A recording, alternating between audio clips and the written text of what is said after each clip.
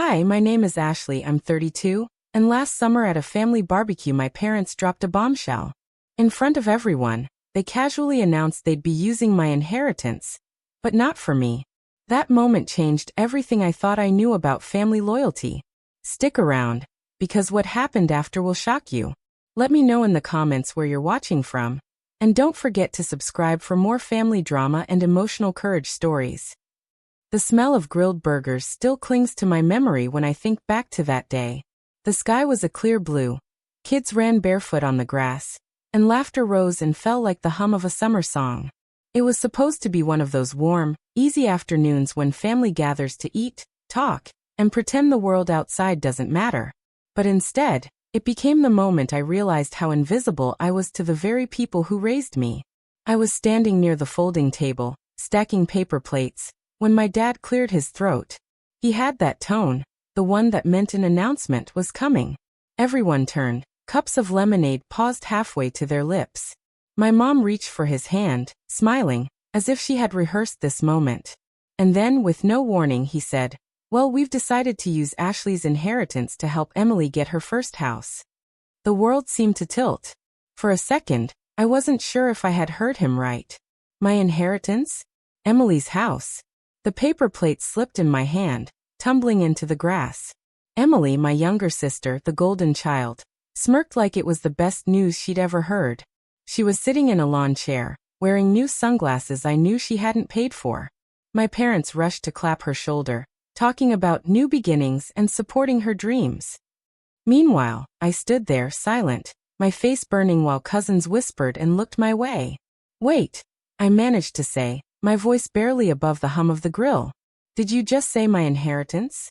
My mom chuckled, as if I was overreacting. "Oh honey, you don't mind. You're the responsible one. You'll be fine. But Emily, she needs a boost. This will give her a real chance at life." That sentence sliced deeper than any argument ever could. You'll be fine. As if years of hard work, sacrifice, and saving meant I didn't deserve the same start my sister was being handed on a silver platter. I glanced around. No one defended me. My aunt shifted uncomfortably, my uncle sipped his beer. The whole yard seemed to carry on as if this betrayal was perfectly normal. The music kept playing, the kids kept laughing, and I stood there like the ground had opened beneath me. I forced a smile. "That's great," I said, my words trembling. "Really great." But inside, I was crumbling. That evening, when everyone had gone home, I replayed the moment over and over. The way Emily's smile stretched wider, the way my parents looked at her with pure pride. I remembered all the little sacrifices I had made over the years, the jobs I worked in college so I wouldn't be a burden, the bills I helped cover when Dad got laid off, the weekends I stayed home to babysit Emily so Mom and Dad could go out. And now, my reward was being stripped away, handed to the sister who had never once faced consequences. I thought about the years Emily got everything new, shoes, clothes, even a car for her 16th birthday, while I got hand-me-downs or lectures about earning things the hard way. They always said it would build character. I guess character was all they ever expected me to have. The next morning, my phone buzzed with a text from Emily. "Can't wait to show you the houses I'm looking at. You'll help me decorate, right?" Smiling face with smiling eyes. I stared at the screen, my stomach tightening. She wasn't even ashamed. She expected me to celebrate with her, to cheer her on while she built a life out of money that was supposed to be mine. I didn't reply. Over the next week, the story spread through the family grapevine. Cousins called to check on me, though their tone was more curious than supportive. My aunt mentioned, in a hushed voice, that she couldn't believe my parents had announced it so casually. "But you know how they are with Emily," she added, almost apologetically. Yes, I knew. I had always known. Emily was the sun around which my parents orbited, and I was just another planet, useful only when convenient. At work, I struggled to focus. My boss asked if I was okay, and I lied, saying I was just tired. How could I explain that my parents had erased me in a single sentence? That everything I thought was secure had been handed away without my consent? One evening, I stopped by my parents' house, determined to talk. They were in the living room, sipping coffee, looking relaxed. Emily's voice floated from upstairs. She was staying with them while she searched for houses. I need to understand something, I said, trying to keep calm. Why would you use my inheritance for Emily? That money was supposed to be for me. My dad frowned. Ashley, don't be dramatic. You're doing fine. You've got a good job, a steady head on your shoulders. Emily's different. She needs more help. My mom nodded. We just want both our girls to succeed. And honestly, Emily's been through a lot. I almost laughed. Been through a lot. Emily, who had never paid her own rent, never worked a job longer than a few months, never worried about bills? What had she been through, besides deciding which vacation photo to post on Instagram? I bit back my anger. So my stability means I don't deserve what was promised to me. My mom sighed, like I was being selfish. It's not about deserving, Ashley. It's about what's best for the family. Family. That word felt poison now. After that night, I stopped going over. I avoided calls, skipped dinners, and let their texts sit unanswered. I needed space to breathe, to think about what this meant for my future. One Saturday, I ran into Emily at the grocery store. She was glowing, phone in hand, showing a friend pictures of a 2-story house with a big yard. When she spotted me, she waved cheerfully. Hey Ash. You'll love this place. It's perfect for hosting. You'll come over all the time, right? The casualness of her tone, the assumption that I'd be happy for her, made my skin prickle. I smiled faintly, excused myself, and walked out with an empty cart. That night, lying in bed, I finally admitted to myself. This wasn't just about money. It was about a lifetime of being overlooked, undervalued, and dismissed. My parents had drawn a line in the sand, and I was on the wrong side. But something in me shifted. I wasn't going to beg for scraps of attention anymore. I wasn't going to smile through betrayal just to keep the peace. If they thought I'd be fine, then maybe it was time I showed them what fine really looked like, without them. And as I drifted to sleep, one thought anchored itself in my mind. Sometimes the loudest revenge isn't shouting or fighting. Sometimes, it's walking away so quietly that they finally hear the silence. I woke up the next morning with a strange heaviness in my chest. The sun slipped through the blinds, painting stripes across the bedroom wall. But instead of feeling rested, I felt drained. My decision to step back from my family had brought a flicker of relief the night before. Yet as the hours passed, it settled into something darker. A quiet ache. A bruise that no one could see. I moved through the motions of making coffee, the smell rising warmly from the pot, but even that small comfort couldn't shake the bitterness. Every sip seemed to carry the echo of my mother's voice. You'll be fine. The words replayed on a loop, not as reassurance, but as dismissal. That phrase carried the weight of years. I thought back to being 14, when I begged to try out for a school trip to Washington, D.C., and my parents said no because it was too expensive. Yet a week later, Emily was signed up for dance lessons that cost more than the trip itself. They told me I'd be fine staying home, that I'd learn responsibility. At 16, I bought my first car, a dented sedan from a neighbor, using every dollar I'd saved from babysitting. My dad had patted me on the shoulder, proud of my independence. Meanwhile, Emily got a shiny new SUV with a bow on top for her birthday. Don't be jealous, Mom had said. You'll be fine. The phrase wasn't encouragement. It was a sentence. A lifelong reminder that I was supposed to survive with less, while my sister was carried with more. That week, I decided to confide in a friend. Melissa and I had worked together for years, and she was one of the few people who knew how deep my family's favoritism ran. We met at a diner, the kind with red vinyl booths and coffee that was always refilled before you asked. You look like you haven't slept, Melissa said, stirring sugar into her cup. I haven't, I admitted. My voice cracked more than I wanted. They're giving my inheritance to Emily. Just announced it like it was nothing. Melissa's jaw tightened. Are you kidding me? After everything you've done for them? I shook my head. Nope. They didn't even ask. Just decided. Like I was a footnote in my own life. She leaned forward, her voice low. Ash, that's not normal. Parents don't just take from one kid to spoil another. That's messed up. I looked down at the chipped Formica table, tracing the grooves with my finger. Hearing it out loud made it real. I feel like I can't even tell them how much it hurts. They'd just brush it off. Say I was overreacting. Melissa reached across the table and squeezed my hand. You're not overreacting. You've been carrying their load for years. Maybe it's time you let them carry their own. Her words landed deep. For the first time in days I felt seen. But the resentment didn't fade. If anything, it grew. Emily began sending me photos almost daily. Smiling selfies in front of model homes, snapshots of kitchens with marble counters, bathrooms with walk-in showers. Her texts were filled with exclamation points and little hearts. As if she couldn't imagine I might feel anything other than excitement for her. One night, I threw my phone onto the couch after her latest message. This one has the cutest backyard. Perfect for barbecues. Barbecues. The word made me sick.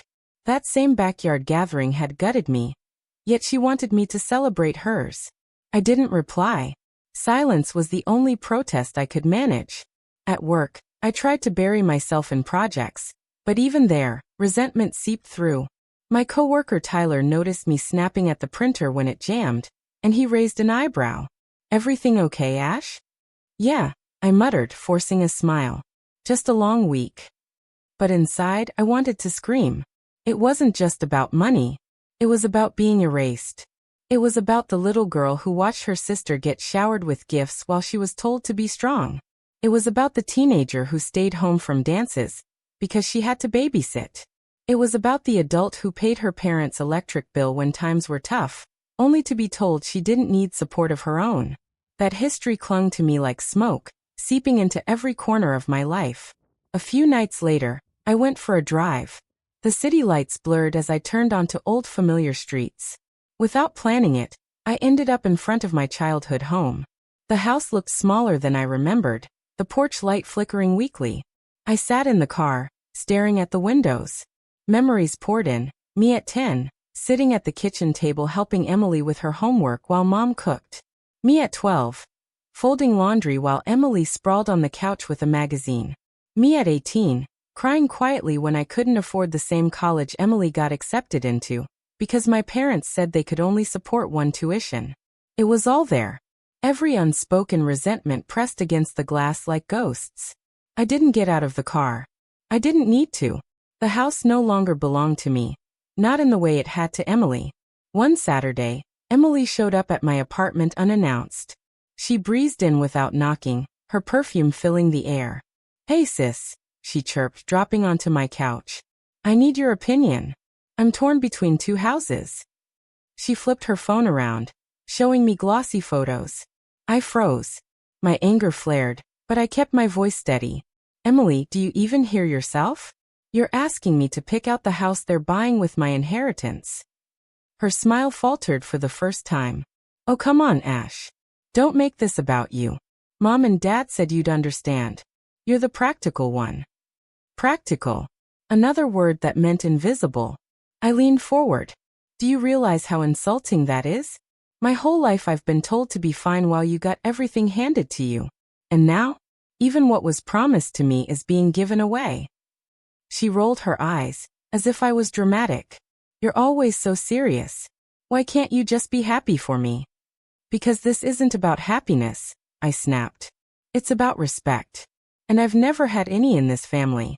Silence stretched between us. For once, Emily didn't have a quick comeback. She fumbled with her purse, muttering something about being late, and left without another word. When the door clicked shut, I sank back shaking. My heart pounded, but a strange relief settled in. I had said it out loud. Finally. That night, I wrote in my journal for hours. I poured out every memory, every slight, every "you'll be fine" that had been used to cover up neglect. The pen scratched furiously across the page, and by the time I stopped, my hand ached. But the weight in my chest felt lighter. I realized resentment doesn't just live in silence. It thrives there. It grows when you swallow your anger, when you pretend you're okay. Speaking it, even if no one listens, loosens its grip. But it also showed me something else. I couldn't keep waiting for my parents to suddenly value me. They had made their choice clear. The only question left was what I would do with mine. I didn't sleep well that night. The house was too quiet, but my thoughts were loud. Every time I closed my eyes, I replayed the way my parents had spoken, so casually, about money that was supposed to represent security for me. My inheritance wasn't just numbers in a bank account. It was years of me believing I had something stable to lean on, something that showed my parents wanted me safe when they no longer could protect me. Now that belief was gone, and I was left with the ache of realizing how replaceable my security felt to them. I sat at the edge of my bed, staring at the pale light slipping in through the blinds. The morning felt heavy, and so did I. But beneath all that heaviness, a thought began to take root. I couldn't keep reacting. I needed to respond, and to do that, I had to think differently. For the first time in my life, I realized that silence might not mean weakness. It could mean preparation. I avoided my parents that morning, letting them chat at the kitchen table, while I slipped out with a travel mug of coffee. The crisp air cleared my head as I walked to the park a few blocks away. It was quiet, just the sound of leaves shivering in the early breeze and the distant bark of a dog. I chose a bench near the pond, watching the ducks drift lazily on the water. That's when I pulled out my notebook. It wasn't fancy, just a spiral-bound thing with a soft cover, but it suddenly felt important. I opened it to a fresh page and wrote at the top in bold letters, "What do I want?" It struck me that I'd been so focused on reacting to what my parents wanted that I hadn't clearly considered my own path. Yes, the inheritance was important, but maybe it was also a wake-up call. Depending on them had always been my fallback. Maybe it was time to think of a new way forward. I wrote down everything I could think of: financial independence, peace of mind, a place of my own, and the ability to make choices without needing their approval. The list wasn't long, but it was honest. By mid-morning, my phone buzzed with a text from my brother, Daniel. "You okay? Mom said you seemed off last night." I stared at the screen. Typical. My mom never told me directly when she thought something was wrong. She sent Daniel in as the messenger. He was the golden child, after all, the one who always smoothed things over. I typed back slowly. "I'm fine. Just needed some air." 3 dots danced on the screen, then disappeared. A minute later, another text. "If you need to talk, I'm here." I didn't reply. Talking to Daniel right now felt like walking straight into a trap. He'd play peacemaker, downplay my feelings, and remind me that family comes first. But what he really meant was that I should let things go. I couldn't. Not this time. That afternoon, I went grocery shopping with Mom. It was her idea, and I almost said no, but something told me to go. Not to argue, not to confront, but to observe. We walked through the aisles of the store, her tossing items into the cart with the efficiency of someone who knew every aisle by heart. I pushed the cart, staying quiet, and listened. She talked about the rising cost of produce, about the neighbor's new deck, about Daniel's upcoming promotion. Not once did she mention me, my job search, or anything I was going through. I realized then that silence wasn't just my tool, it was theirs too. They stayed silent on my needs, my struggles, until it suited them to bring them up, usually in a way that reminded me how little I contributed. When we reached the checkout, she finally turned to me. "Ashley, you've been quiet today. Is something bothering you?" Her tone was casual, almost rehearsed. I forced a small smile. "Just tired, that's all." Her eyes lingered on me for a moment, then she nodded, as if satisfied. I held on to that moment like a secret victory. She didn't know what I was thinking, and for once, that gave me power.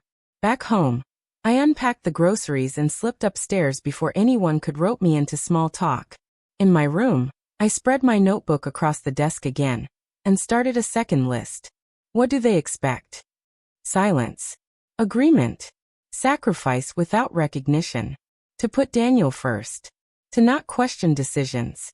The list filled itself quickly, and staring at it, I felt a strange calm settle over me. If I knew their expectations, I could choose when to meet them, and when to break them. I didn't need a dramatic confrontation, not yet. What I needed was control over myself, over how I responded. That quiet shift felt like a seed planting itself deep inside me. The following evening, Daniel called. Not a text, but an actual call. I hesitated before answering, then slid my finger across the screen. "Hey Ash," he said in his smooth, practiced voice. "Listen, about the other night.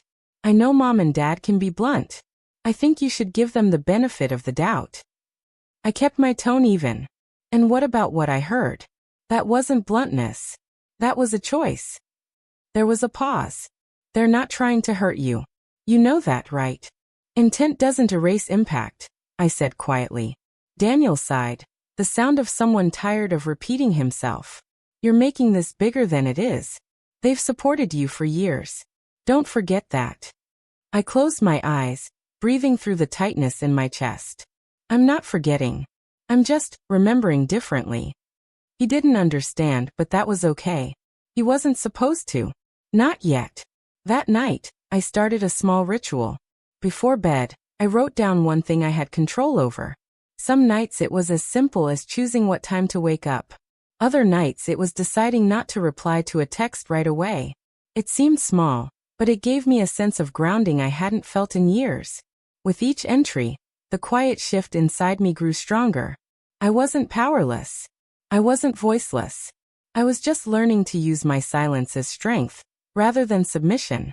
And though no one else in the house could see it, something had already changed. The notebook was becoming my private anchor. Each night before bed, I wrote something down that reminded me I still had control, even in small ways.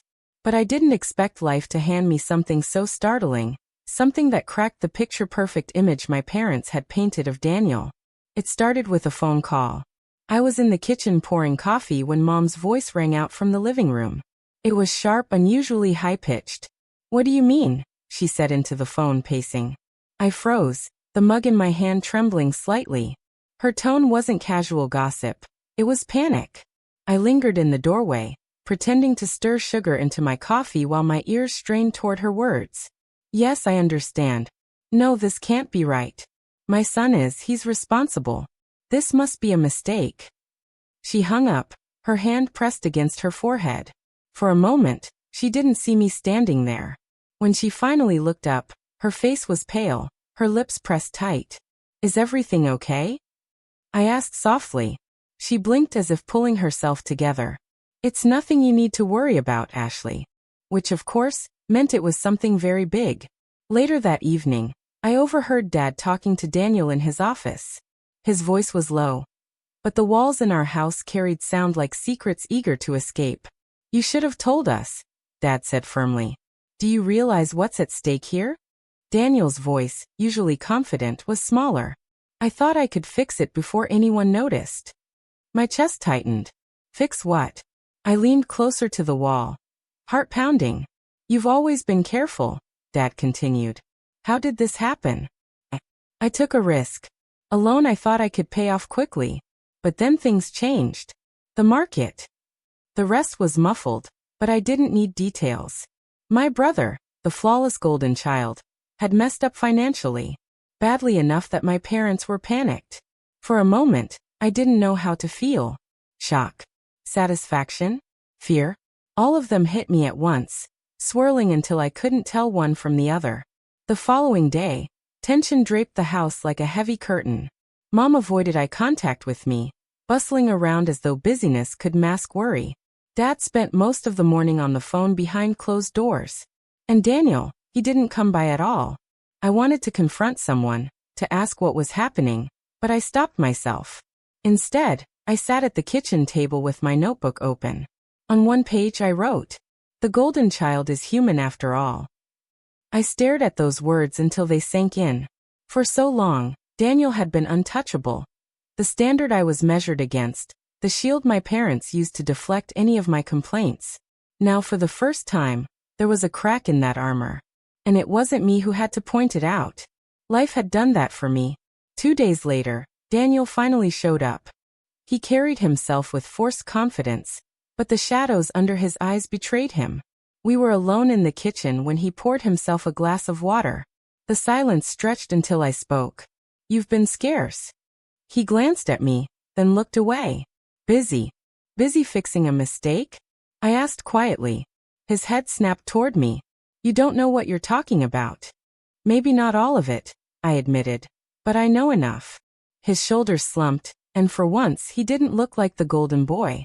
He looked like a man who'd been carrying too much for too long.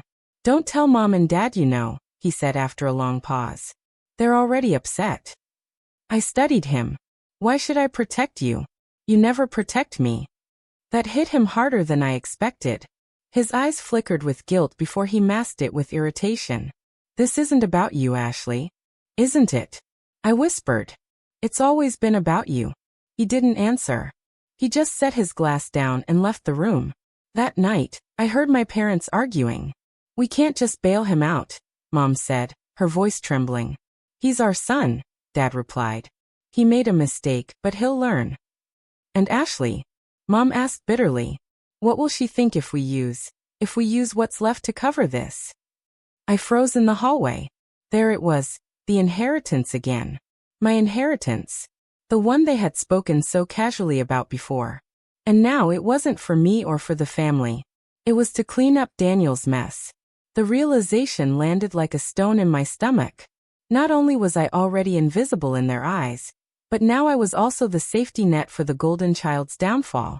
I returned to my room and wrote furiously in my notebook, the pen nearly tearing through the paper. If they choose him again, I choose me. The days that followed were a blur of hushed phone calls, closed doors, and strained smiles at dinner. Daniel avoided me, but his absence was louder than his presence had ever been. One afternoon, I caught Mom crying quietly in the laundry room. She didn't see me, and I didn't step in. For the first time, I didn't feel responsible for her emotions. She had chosen her role in this story, just as Dad had. But me? I was rewriting mine. A week later, Daniel knocked on my bedroom door. He lingered in the doorway, looking uncertain. Can I sit? He asked. I nodded, closing my notebook but leaving it on the desk beside me. I know you're angry, he said. And I can't blame you. But I need you to understand, I didn't plan for this. I was trying to get ahead, not drag everyone down. His voice cracked slightly, and that caught me off guard. Vulnerability wasn't his language. I've always looked out for you, Ash, he continued. Maybe not in the way you wanted, but I did. I studied him carefully. Looked out for me, or kept me in my place? He winced, but didn't argue. Maybe both. Silence stretched between us, heavy but honest. For the first time, I saw Daniel not as the golden child, but as just my brother. Flawed, scared, and human. That night, I lay awake thinking about his words. A part of me still ached with resentment, but another part recognized something else, shift. For so long, Daniel's perfection had been the unspoken rule of our family. Now that illusion was broken, and though the fallout was messy, I couldn't help but feel a strange sense of relief. The pedestal was gone. The golden child had stumbled, and in the space left behind, maybe, just maybe, there was room for me to finally stand. That night, as I lay awake staring at the ceiling, Daniel's words echoed in my mind. Maybe both. It was the first time he had ever admitted, even indirectly, that he had contributed to keeping me in the shadows. For years, I had carried resentment like an extra weight strapped to my chest. But now, watching the once polished golden child stumble, I felt something loosen inside me. It wasn't victory. It wasn't satisfaction. It was something quieter, stranger, like a door I never thought could open had finally cracked. The following morning, Mom knocked on my door. Her voice was small, almost timid. Ashley, can we talk? I hesitated but then opened the door. She held 2 mugs of coffee, her hands trembling just slightly as she passed one to me. We sat on the edge of my bed, the air heavy with everything unsaid. You've been so distant, she began. And I know we've made mistakes. That word, we landed sharply. I waited, sipping my coffee, not willing to make this easier for her. Your father and I, she continued. We only wanted what was best for both of you. But maybe we didn't see how uneven things became. Her eyes glistened, but I stayed quiet. Years of hurt couldn't be patched with a single confession. I don't expect forgiveness right away, she whispered. But I don't want to lose you. For the first time, I saw fear in her face. Not fear of finances or Daniel's mistakes, fear of losing me. Later that week, Dad cornered me in the garage while I was folding laundry. His approach was less tender. Your mother is worried sick, he said. You hardly speak to us anymore. I set a towel on the stack. Maybe now you know how it feels. His jaw tightened. That's unfair. Unfair. My voice cracked as years of silence poured out in one rush. Unfair is being the one who gave up weekends to work, so you could lend Daniel money for his car. Unfair is knowing my future was always negotiable, while his was sacred. The words hung between us like broken glass. For once, Dad had no quick rebuttal. He just stood there, staring at me before muttering, "We thought he needed more." And I didn't? He didn't answer. The shift came slowly, like dawn creeping into a dark room. I stopped waiting for their recognition. I stopped twisting myself into knots, hoping one day they'd finally say, "We see you." Instead, I turned that energy inward. I began applying for new jobs in nearby towns. Ones that would give me both financial stability and space from the constant family drama. I started jogging in the evenings, letting the steady rhythm of my feet on the pavement clear the noise in my head. I signed up for a pottery class at the community center, something I'd always wanted to try but never had time for, because I was always the helper, the dependable one. Every small step reminded me I could build my own life, independent of the roles my family had assigned me. But freedom isn't always clean. It comes with backlash. One Sunday, at family dinner, Daniel pushed his plate aside and looked at me. "I know you're enjoying this," he said bitterly. I blinked. Enjoying what? My failure. The way Mom and Dad are worried. "You think this makes you the better child now." His words stung, but I stayed calm. "I don't need to be the better child, Daniel. I just need to be myself." He scoffed, shaking his head. "You've wanted this for years." "No," I said quietly. "For years, I just wanted to be seen. Your failure has nothing to do with me. That's yours to carry." The silence that followed was thick, awkward. But it was the truth, and for once, I wasn't afraid to say it out loud. Mom tried to mediate in the weeks that followed, urging me to be kinder to Daniel. Dad suggested I help out, now that things were harder. But every time they pushed, I held my ground. "No," I said firmly one evening when Dad asked me to cover a bill Daniel had neglected. "I'm not his backup plan." "You're part of this family," Dad argued. "Yes," I replied, my voice steady. "And being part of this family doesn't mean sacrificing my future so Daniel can fix his mistakes. You've done that for him his whole life. I'm done." The look on his face told me he finally believed me. Around that time, something remarkable happened. I stopped dreading family gatherings. Not because they were suddenly pleasant, but because I no longer carried the weight of expectation on my shoulders. I went when I wanted to, left when I'd had enough, and no longer twisted myself into knots trying to play peacekeeper. One Saturday, while everyone else sat inside bickering over Daniel's budget, I slipped out to the backyard with my sketchbook. The air smelled of freshly cut grass, the neighbor's dog barked in the distance, and for the first time, I felt genuinely light. The world was bigger than this house, bigger than my parents' choices, bigger than Daniel's struggles. And I was finally ready to claim it. A turning point came when I was offered a job in a neighboring city. It wasn't glamorous, but it was steady, with good benefits and the kind of independence I'd craved for years. When I told my parents, their reactions were mixed. "You don't have to move away," Mom said quickly. "We can work things out here." But Dad just nodded, resignation in his eyes. "She's right to go." I smiled faintly. "I'm not running away. I'm moving forward." Packing up my room, I realized something profound. I wasn't leaving behind my family. I was leaving behind the version of myself that had lived for their approval. The day I drove to my new apartment, Daniel stood by the driveway. He didn't say much, just shoved his hands in his pockets and muttered, "Good luck." For once, I didn't look for hidden meaning in his words. I just said, "Thanks," and meant it. As I pulled away, the house grew smaller in the rearview mirror. My chest felt lighter with each mile. In my new place, surrounded by boxes and the scent of fresh paint, I sat cross-legged on the floor and opened my notebook. On the very last page, I wrote, "Freedom isn't about them letting me go. It's about me letting go of needing them to change." I closed the book and felt a calm I'd never known before. Because the truth was clear. I couldn't rewrite my parents' choices and I couldn't undo Daniel's privilege. But I could choose my own life. And that choice, more than any inheritance, any approval, any fleeting validation, was the kind of wealth no one could ever take from me.